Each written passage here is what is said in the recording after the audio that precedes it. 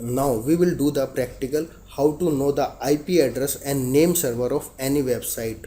To do this practical, first open the command prompt in your computer and type the command nslookup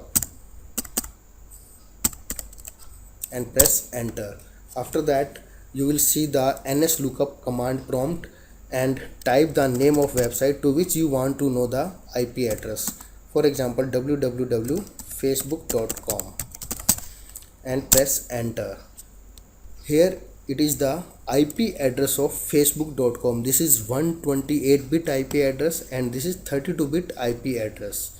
Copy this 32-bit IP address and paste it into the web browser and press enter.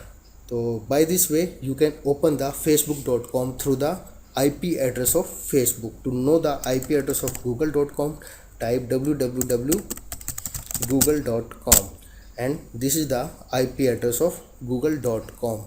Now to know the name server of any website, type the command set q equal to ns and press enter.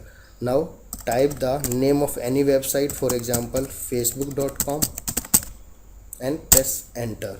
Here it is the name server of facebook.com, a.ns.c10r.facebook.com.